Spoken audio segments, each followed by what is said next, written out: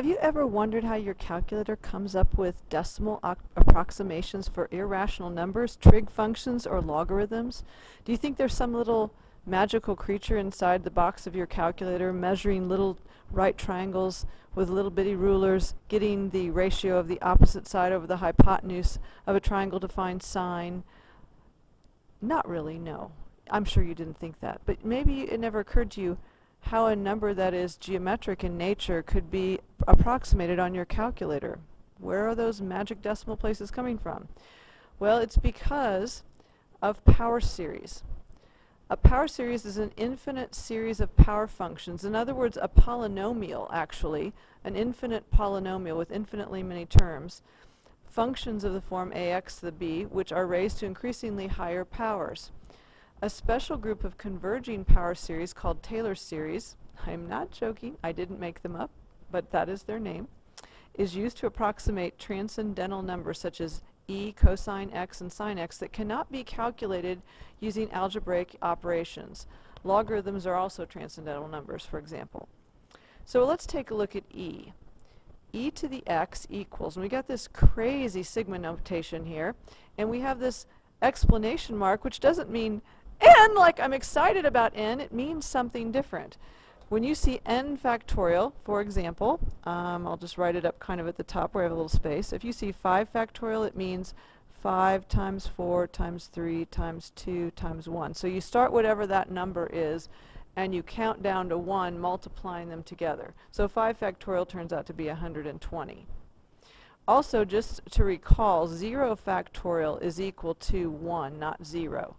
1 factorial is also equal to 1. 2 factorial is equal to 2, because it's 2 times 1. 3 factorial is equal to 3 times 2 times 1, which is 6, etc. Okay, so that's what a factorial is. So when we see this factorial, notice we have the limit, I'm sorry, the sum, not the limit. I'm used to saying limit. The sum, as n goes from 0 to infinity, of x to the n over n factorial, and that is equal to e to the x. So, for example, if I wanted to find e to the first power, I would put 1 in for x in this sequence. If I wanted to find e to the second power, I would put 2 in for x. If I wanted to find e to the 3.5, I would put 3.5 in for x. But the n's are just counted up with each succeeding term. So let's see what this looks like if we write out the terms of these sequence. So n equals 0, n equals 1, n equals 2, n equals 3, and so forth. So if n is 0, we have x to the 0 over 0 factorial. Then we have x to the first over 1 factorial plus x squared over 2 factorial plus x cubed over 3 factorial, etc. Now, when x to the 0 is 1, because anything raised to the 0 power is 1, except 0 to the 0 is undefined.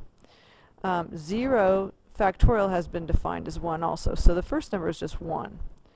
X to the first is x, and x over 1 is 1, so actually this is just x. And I'm going to leave the factorial symbols in after this. This is x squared over 2 factorial plus x cubed over 3 factorial plus x to the 4th over 4, not times, plus x to the 4th over 4 factorial, etc. And this goes on, this pattern continues. Now, if I were to try to estimate e using the factorial pattern, I would just, as I said, put 1 in. So I'd have 1 plus 1 plus 1 over 2 plus 1 over 6 plus 1 over 4 factorial, which is 24, plus 1 over 5 factorial, which is 120, plus 1 over 6 factorial, which is 7 times 6 times 5 times 4, etc. That's 720. And I just keep adding those up. And the more terms I add up, the closer the approximation gets to e. And when I add up just a few terms, I can approximate e to just maybe 1 or 2 decimal places. If I add up more terms, I can approximate e to more decimal places accurately. So let's just look at what e looks like on the calculator. So if I go to my calculator, if I push this little button that has a pi symbol, I can find e. If I just type in e, it does not give me the number e. But if I type in e and it looks bold like this, and I do a Control-Enter, oh, I didn't do Control-Enter. If I do Control-Enter, I get 2.7182818.246. So that's what E equals. So you might want to record that on your notes. Now, if I want to approximate E, I guess we can actually go back to the notes, 2.71828. If I substitute 1 into the formula, I should be able to approximate E. So how many terms would it take to get E to 5 decimal place accuracy, to get 2.71828? So let's go ahead and try that. Actually I want to do that on the calculator. So I start out with 1 plus, why don't we do, we'll have 1, we have 1, and then the second term is x, so that would be 1. And the third term would be 1 over 2. And the fourth term is going to be 1 divided by 6, because that's 3 factorial, plus 1 divided by 4 factorial. 6 times 4 is 24, plus 1 divided by 5 factorial would be 4 factorial. 4 times 3 times 2 times 1 times 5. So 5 times 24 is 120. So let's see what we have so far. Oops, I put an x instead of a 1. That was not supposed to happen. Let me go back and change my x to a 1. Probably somebody once again screaming half point at me, and I just can't hear you. Okay, well, I've got 2.71, so I'm to 2 decimal place accuracy. Let's add a couple of more terms. So we need to add some, we're up to 1 over 5 factorial.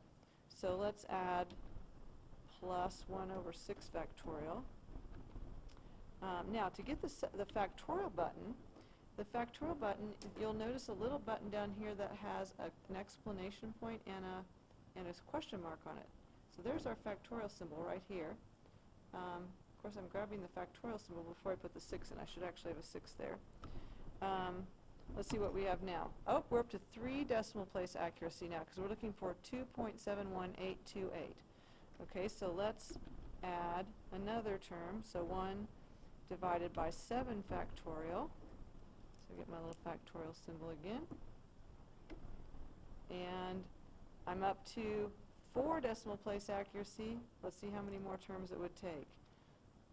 So plus 1 divided by 8 factorial. 2.71827, almost, and looks like one more term will do it. Answer plus 1 divided by 9 factorial. Okay, which is actually 10 terms, because we started out with n equal to 0. So we start out with 1 divided by 0 factorial. So there we are with 10 terms at 5 decimal place accuracy. I'm going to go back and record that it took me 10 terms to get 5 decimal place accuracy. Now, E squared. Let's figure out what E squared is, first of all. So I'm going to get my E from my special menu here. E squared. And that's 7.38905. That's what I'm looking for. Now, go back up. I'm going to do this a little bit differently. I'm going to use the summation notation on the calculator. So if you push the little button to the left of the book icon, you'll see this highlighted in blue here on my calculator. There is the summation notation. So let's put in here n, and we'll tab over to 0 because we're starting with n equals 0. And when we tab up, let's see, how many terms might we want? Well, we could try 10 terms and see how well we did with 10 terms, because we used 10 terms before. Now, for x here, it's x to the n over n factorial. Well, I need my n's in there because my n is what counts up. But my x goes to whatever whatever e to the x is. That's my x. So I'm going to put 2 to the n over n factorial divided by n factorial. And when I push enter, I get this crazy fraction, because it is adding up a bunch of fractions, and you know how this Inspire loves to just keep exact numbers. So I'm going to push Control Enter, and I'm at 7.38905. Not quite enough decimal places. So why don't we grab this thing and let's change the number of terms. Why don't we make it 12 and see what 12 does? I'm going to do a control enter this time. 7.38905. I think that gives me enough decimal place accuracy. Yep. So it took 12 terms this time to get 7.38905.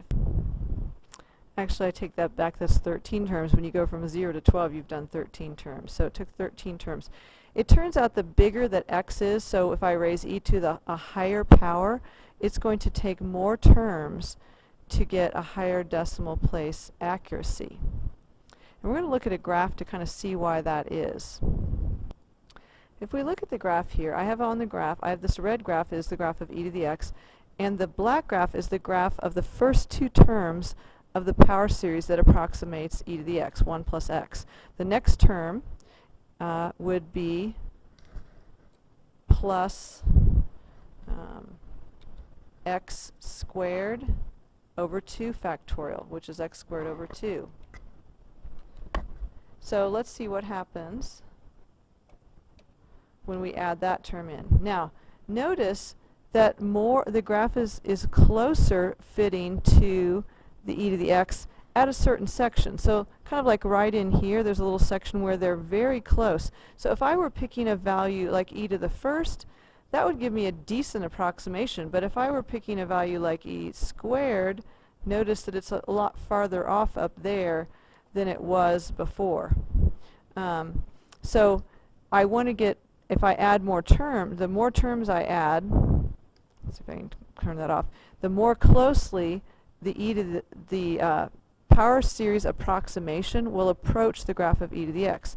So let's add another term and just see what happens. So the next one would be plus x to the third divided by 3 factorial. Let's see, x to the third divided by 3 factorial, which is 6. Okay, so notice how much more closely the graph fits to e to the x. And so the more terms we add, the farther out I can get away from the origin and still have my approximation be close to what e to the x is. Okay, let's look at the next type of power series. We also have power series for sine of x and, oops, I think I skipped a page. There we go, for sine of x and cosine of x. Now, let's go ahead and just write out what this series is going to look like. It's a little more complicated. Let's put in values for n equals 0, n equals 1, n equals 2, n equals 3, n equals 4. Let's put a few values in here.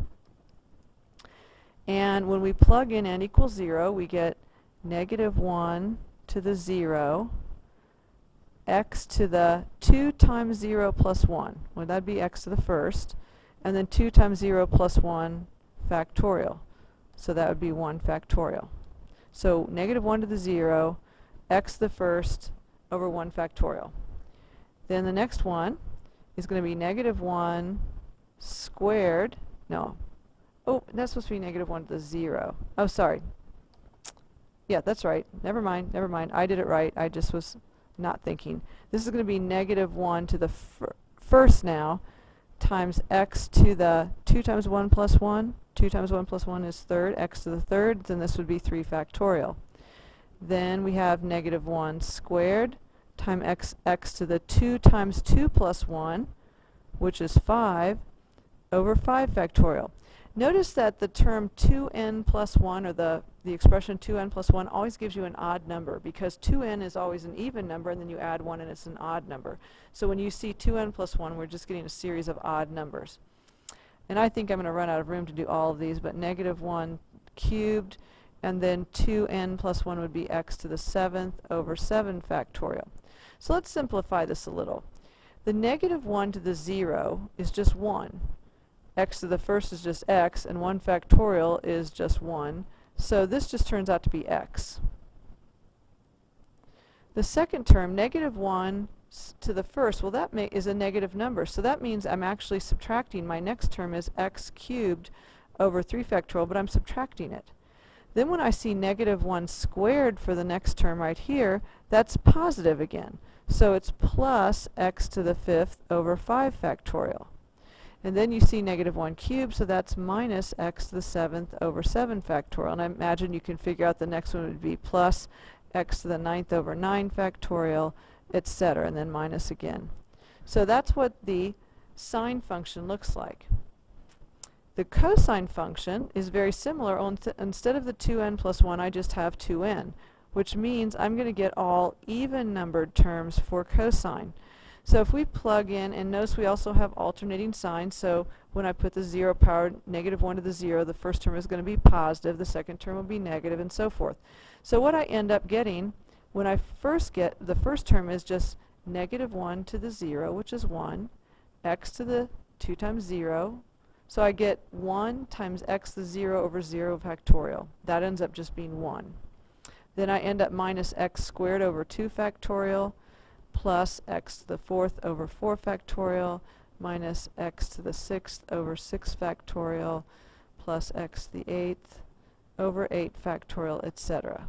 Okay, so I end up with alternating signs, only now everything is negative. All the powers are even powers, is what I meant to say.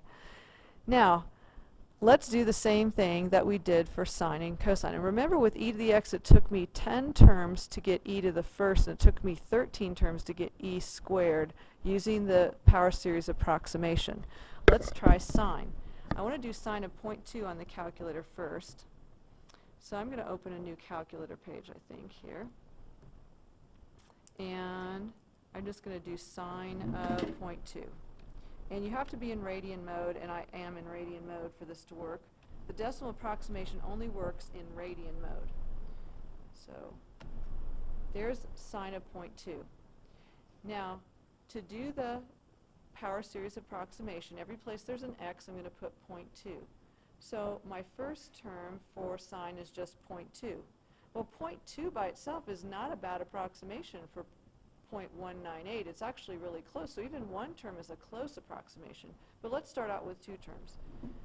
0.2 minus 0.2 cubed divided by 3 factorial, which is 6. Look at that. 2 terms, and I'm already at 5 decimal place accuracy. Now the next one says, what about trying 2, sine of 2? So if I do sine of 2, okay, I get 0.90929. Well, let's try our little trick that we did with the sigma notation. So rather than me typing in, term after term, let's do a little shortcut here. Let's put in what we need to put in here. N, 0. I don't know. Let's start with maybe 5 terms. Let's see how 5 terms does. I don't know how 5 terms will do. And then let's put in we have to type this in. It'll take a little longer. Negative 1 to the n power times, and then we'll use our fraction thing. Control. There's our fraction. And then we have x to the 2n plus 1 power, and then divided by 2n plus 1 factorial. And my factorial symbol. Okay. Now, if I expand the control enter, okay, it's giving me all the different values. It's actually giving me all of these different terms for n equals 1 through 5. But I did forget to do something, and maybe you'll notice. Actually, let me show you what happens, something interesting. Let me show you if I just put in, well, no, I'm not going to show you that right now. This actually would just show me all my different terms I got. These would be the values of the factorial with the x. But I forgot to put in the value for x. X is 2 here. So I need to actually do that. So let me get this and put 2. Oh my. Let me clear a little bit. What in the world am I doing here? Let's delete that. Let's delete this. Okay, back up. Alright. I'm not sure why I can't get those parentheses to go away. There we go. Alright, let's get this thing again. And now I'm going to put 2 in for x. Okay, so now when I do my decimal approximation, okay, 0.90929. Let's see if that was a good approximation. Good. Okay, what if I only put in 4 decimal places? Would that be enough? So let me change this to 4. 0.90934. So it took, I just happened to guess it on the first try. It took 6 terms from 0 to 5. Notice the first time it only took me 2 terms. This time it took me 6 terms to get 5 decimal place accuracy, to get what sine of 2 was. So 0.90929, and I got, with 6 decimal place accuracy, I got 0.90929. Why did it take more terms this time? Let's take a look at our graph here. And I've got a graph of sine of x. So when I put in just x, notice that's why I got pretty good decimal place. I got a pretty close approximation for sine of 0.2 with just x, because it's really looks close to what the sine graph looks close to the origin. Now, if I add another term to it, which would be minus x cubed over, let me look at my graph going here, minus x cubed divided by 3 factorial, which is 6. Okay, notice now the graph is really close to sine of x from pretty much -1 to 1 in radians here. So I could put in sine of 0.2 and get a really good decimal place accuracy. But if I put in sine of 2, notice right here, it's not going to be very accurate. Okay, if I add another term, so let's add plus x to the 5th divided by 5 factorial, which is 120. Notice the graph now hugs the sine graph farther out. So even sine of 0.2 would be a pretty close approximation, but not exact. So the more terms I add, I'll do one more. The more terms I add, the closer this graph looks to the sine graph. And 7 factorial, I don't know what that is off the top of my head, so I'll use my factorial symbol. So notice how closely, almost one complete sine cycle is mimicked very closely now by my power series approximation. The more terms I add, the bigger values of sine I'll be able to approximate accurately with my power function. So notice that sine is an odd function, and all of these are odd polynomials. And the more terms I add, the more curves I add to my polynomial. Actually, the next one looks really cool too, so I'm just going to show you one more, because it curves downward again. So now I'm up to plus x to the 9th divided by 9 factorial. I like this one. I know, I'm a geek. Okay, there we go. So notice we have, this is a 9th degree polynomial, and notice it is, now we have a positive leading coefficient because x to the 9th would be my highest degree term. And you see the curves going on here. Remember that I could have a maximum of 8 curves with an x to the 9th polynomial, but I don't necessarily have to have all 8 curves. But you can see it's going up following the sine graph. So the more terms I add, the more this polynomial starts to look exactly like the sine graph. The reason we use polynomials so frequently in math is because polynomials are immensely versatile, and they can be used to approximate other functions that are more difficult to approximate to do computations. Your calculator can add, subtract, multiply, and divide easily. That's something that you can program a calculator to do. You can't program a calculator to take the ratio of 2 sides of a right triangle that have to be measured. So your calculator has to add, subtract, multiply, and divide polynomials to approximate the sine function. Does the same thing for other what are called transcendental functions, functions that cannot be calculated just by simple arithmetic operations. So I won't spend as much time on cosine because cosine is very similar. If we go to look at our cosine graph, and I didn't actually write down any of these numbers, so but hopefully you did fill it in. You can fill in your notes or follow along with the notes. But if I do the cosine graph, what is 1 minus x squared over 2? That's a upside down parabola. What does cosine look like? I actually have the graph on here, I think. Okay, there's the cosine graph. Look what it looks like with just two terms added. Add one more term, which would be plus x to the fourth over 4 factorial. Which is 24. Okay, so we have a quartic function now, and the W shape looks very similar. And the more terms we add, the farther out this graph will be approximated by its power series approximation. So these are power series. So what do I want you to remember about the power series? I want you to remember that e to the x is equal to 1 plus x squared over 2 factorial plus x cubed over 3 factorial plus x to the fourth over 4 factorial, etc. Okay, that's the e to the x. Sine of x is equal to x minus x cubed over 3 factorial plus x to the fifth over 5 factorial minus x to the seventh over 7 factorial plus x to the ninth over 9 factorial, etc.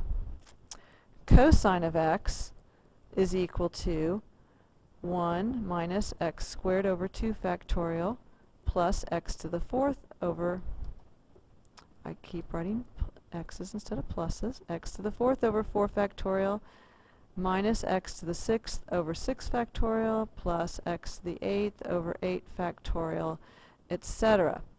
And to find an approximation in radians for sine or cosine for any of these values, whatever you plug in for x just goes into the powers function, and you can approximate to any degree of accuracy just depending on how many terms you use. So those are the big ideas of power functions. These are something you'll be using in calculus later for those of you who go on to calculus, so I just want you to be familiar with these. The next video then will show you how we use these power functions to find the most amazing equation in mathematics.